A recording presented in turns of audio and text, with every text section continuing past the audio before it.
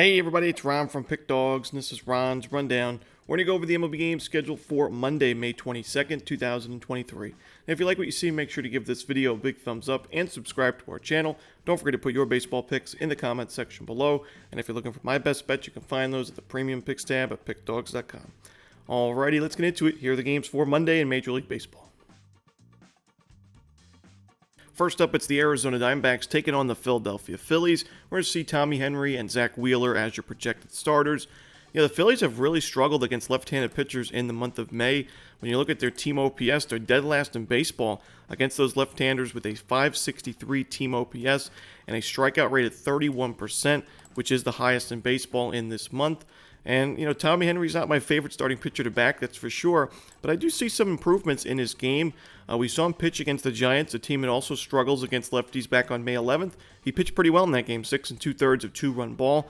And we see Zach Wheeler, ERA above 4 right now. He's a huge favorite in this game. He usually is a big favorite when he's pitching at home. However, he has struggled a lot of the times against some of the tougher lineups in baseball. And the Diamondbacks are number 2 in the league in team OPS against righties in the month of May. I say why not take a shot here with Arizona on the run line with a sprinkle on the money line. Next up, we see the St. Louis Cardinals taking on the Cincinnati Reds. Pair of lefties on the mound in this one, Jordan Montgomery and Brandon Williamson. Although Jordan Montgomery hasn't been the strongest as of late, giving up 4 home runs in his last 2 starts, I do think that this matchup against Cincinnati benefits him. Even though it's at Great American Ballpark, the Reds are 24th in baseball in WRC plus against lefties in the month of May. They have struggled there. And the St. Louis Cardinals, at the beginning of the month, were really struggling against lefties. Right now, around league average in WRC plus, and they're facing a really young pitcher in Brandon Williamson, who only has one start in the major league level, and that was his last game. And he pitched pretty well in that one, but he struggled mightily in the minor leagues this season. He had a 6.62 ERA in 34 innings at AAA Louisville with a 7.1 Ks per nine, so he really wasn't striking out too many batters. A 1.9 home runs per nine, giving up plenty of home run balls, and 5.3 walks per nine. So the control was off. His strikeout numbers weren't there. Sure, he pitched well in his first start at the major league level, but now with the scouting report out, I think the Cardinals, one of the hotter lineups in baseball, are able to get to him in this one. So give me the St. Louis Cardinals on the run line on the road. Next up, we see the Toronto Blue Jays taking on the Tampa Bay Rays. Chris Bassitt and Josh Fleming are your starters. I lean towards the Blue Jays on the money line, but I also like the over in this game. And I know, Chris Bassitt's on an amazing run right now where he pitched 7 innings of shutout ball against the Pirates, then a complete game shutout against the Braves, and then 7 innings shutout baseball against the Yankees. He's striking out a good amount of batters, limiting base hits. However, 2 of those 3 starts were at Rogers Center. The other start at PNC Park when the Pirates were really struggling against right-handed pitchers. This is, at Tropicana Field. We know Bassitt's numbers on the road nowhere near as good as when he's pitching at Rogers Center this season. 2.16 ERA at home, 4.37 ERA on the road. And the Rays lineup, they've hit basically any pitcher they've faced this year. Lefty, righty. In the month of May, they're 6th in team OPS against right-handed pitchers. And their isolated power numbers are also up there, 184 as 8th best in the league. I think they can get to Bassitt for a few runs, but I also look at the other side with Josh Fleming, a left-handed pitcher. Blue Jays have hit lefties pretty well this season. Makes sense, a lot of righties in that lineup. And Fleming, not really my favorite starting pitcher to back. I do see some regression in his game, and I've seen a lot of regression in this Rays bullpen. We're starting to see it now, but I still think that there's room for more regression. As you got the Rays bullpen is in the month of May 6th highest SIERA in the league, and their ERA in the month of May 5.25. The Blue Jays bullpen, not much better. They're 8th highest in SIERA in the month of May. So I think we're going to see a high-scoring game and potentially a pretty high-scoring series between these big rivals in the AL East. Should be a really fun series and an important one for both teams, especially the Blue Jays. But give me the over here in Toronto, Tampa Bay. Next up, we see the Los Angeles Dodgers taking on the Atlanta Braves. No official starter for the Dodgers right now. We should see Charlie Morton going for Atlanta. The Dodgers, I think this is a really bad spot for him. Not only has Charlie Morton just been really pitching well as of late, now his ERA sub-3 at 2.85, coming off a start against a very tough Rangers lineup where he went 6 2/3 innings, 10 strikeouts, and no earned runs, only 1 walk in that game. And he's pitched very well at Truist Park in his time with the Braves, 2.5 ERA this season at Truist Park. Last year, very good numbers at home as well. And the Dodgers, they played a really grueling schedule as of late. They played every single day since May 12th. They played a series at home against the Padres and then a home series against the Minnesota Twins. Then they go to St. Louis, no days off after that Twins homestand. Then they go from St. Louis to Atlanta, no days off. So they played, a lot of days in a row. They've been all over the country. And the Braves, they had the day off the other day, actually. Before that Mariners series, they had the day off. And they get to stay at home after that Seattle series. So the rest advantage, travel advantage, definitely goes to Atlanta. Their bullpen's been better in the month of May in terms of Sierra. And I think Charlie Morton's going to be the much better option on the mound. Both of these labs are strong. I'm going to take the Atlanta Braves at home here on the money line. Next up, it's the Colorado Rockies hosting the Miami Marlins at Coors Field. Chase Anderson and Edward Cabrera are your projected starters. I just don't love this spot for Edward Cabrera, somebody who's had issues with his control and giving up the long ball at times this season. I just don't think Coors Field against the Rockies is the best place to be for Cabrera.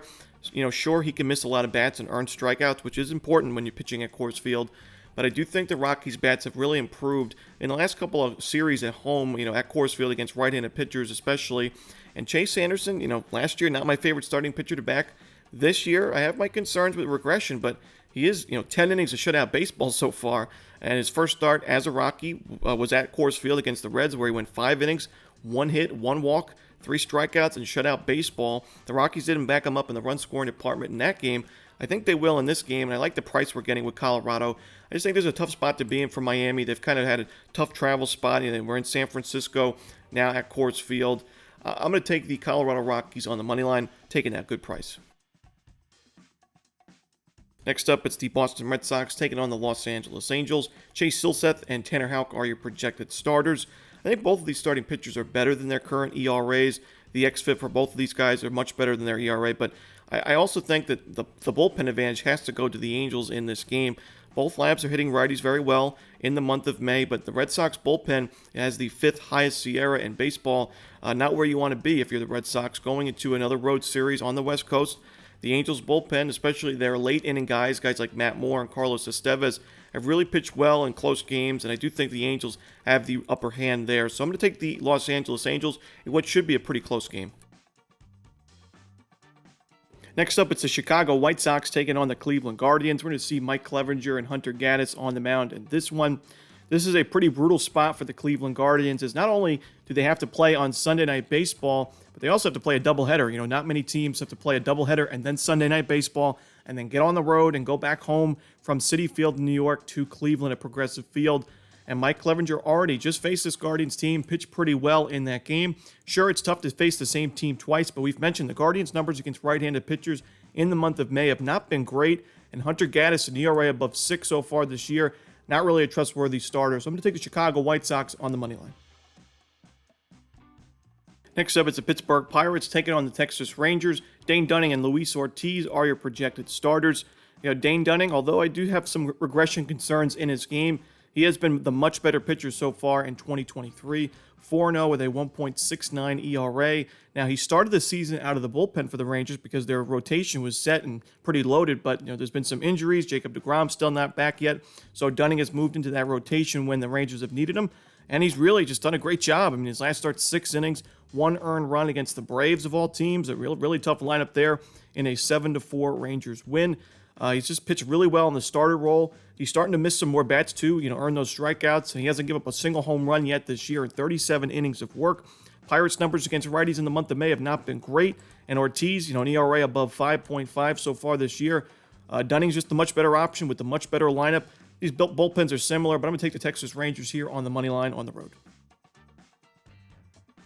Next up, it's the Kansas City Royals taking on the Detroit Tigers. Michael Lorenzen and Brady Singer are your starters.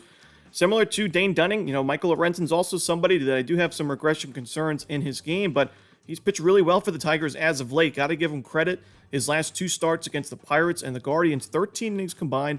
He only gave up 1 earned run in those games, only 2 walks, which is the big thing for me. Lorenzen in prior years has had issues with his control and walking a lot of batters. This year, only 9 walks in 34 innings. His strikeout numbers I'd like to see rise a little bit, but he struck out 7 batters in his last game. Brady Singer, I'm a little concerned with the fact that although he's pitching better as of late, his strikeout numbers are still not there. He's really a 2-pitch pitcher. He gives up a lot of sharp contact. His control can be off at times. I just don't love him in this spot. Give me the Detroit Tigers on the money line.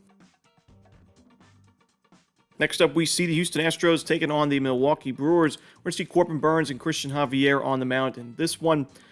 Corbin Burnes at the beginning of the season really wasn't that sharp, and we saw in spring training he really struggled with Milwaukee. However, he's starting to look like the Corbin Burnes we've seen the last few years. His last start, 6 innings, 3 earned runs, so quality start against the red-hot St. Louis Cardinals, one of the toughest lineups in baseball to face right now as a righty, and Burnes struck out 7 batters in that game, and that's the big thing for me.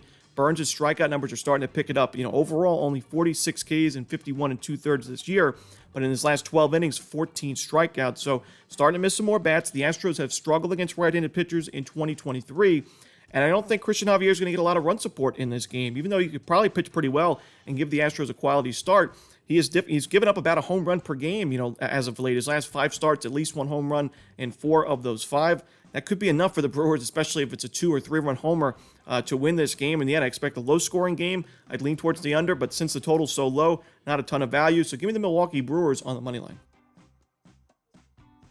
Next up, we see the San Francisco Giants taking on the Minnesota Twins. Alex Cobb and Bailey Ober are your starters. Great pitching matchup we have in this one. 2 guys with sub-2 ERAs and 2 teams in a tough travel spot here, as both San Francisco and Minnesota have to go from the West Coast to Minnesota for this game. The Giants' bats have been a little bit lackluster as of late. The Twins' offense a little bit inconsistent as well. And Alex Cobb, like I mentioned, sub-2 ERA. Even in his last start where he didn't have his best stuff, where he walked 5 batters, he was still able to keep the Giants in the game. They found a win in the end, 4-3. He's been sensational this season. Now, he does have better numbers at home at Oracle Park, but he's still been fine away from home with a 2.14 ERA. And one of those games with the Mexico City series against the Padres. So really impressive stuff from Cobb. Bailey Ober, his last start against the Dodgers, one of the toughest lineups in baseball. He goes into Dodger Stadium, holds the Dodgers to only 1 run through 6 innings with 6 strikeouts. Really impressive stuff. I'm going to take the under here in San Francisco, Minnesota. And the final game for Monday's card in Major League Baseball, it's the Oakland Athletics taking on the Seattle Mariners. Kyle Muller and Luis Castillo are your projected starters in this one. Not my favorite game on the board. I'd honestly lean towards the underdog in this game, believe it or not. Even though Kyle Muller's got that ERA above 7.7 to start the year, Luis Castillo did not pitch very well against the Athletics last year. Had an ERA above 5 against Oakland. And although it's a different lineup this year, Castillo is not really in the best of form going into this start. When you look at his last 3 games, he's given up 4 earned, 3 earned, and 5 earned against the Astros, Rangers, and Red Sox. All 3 of those games were Mariners losses. In fact, he's lost 4 straight now. The Mariners have lost 4 straight of Castillo outings. He's given up a home run in each of those 4 games. His strikeout numbers have been fine, but he gives up a lot of base hits and a lot of sharp contact. And the Oakland A's, their numbers offensively haven't been too bad in the month of May. The Mariners, when you look at their numbers against left-handed pitchers, especially in May, a 27.2% strikeout rate is 3rd highest in baseball. Their OPS is 18th, so subpar, below league average. And isolated power is well below league average at 24th in the league. So if there was a spot for Kyle Muller to put together a decent outing and a spot for the Oakland A's to get to Luis Castillo and put together a win, this would be it. We're getting a really good price, so might as well take those 1.5 runs and a little bit of a sprinkle on the money line as well. And that's it. Those are the games for Monday in baseball. Hope you enjoyed this video. If you did, don't forget to hit that like button and subscribe. And don't forget to put your baseball picks in the comments section below. Again, if you're looking for my best bets, you can find those at Pickdawgz Premium. As always, this is Ron Romanelli. Good luck.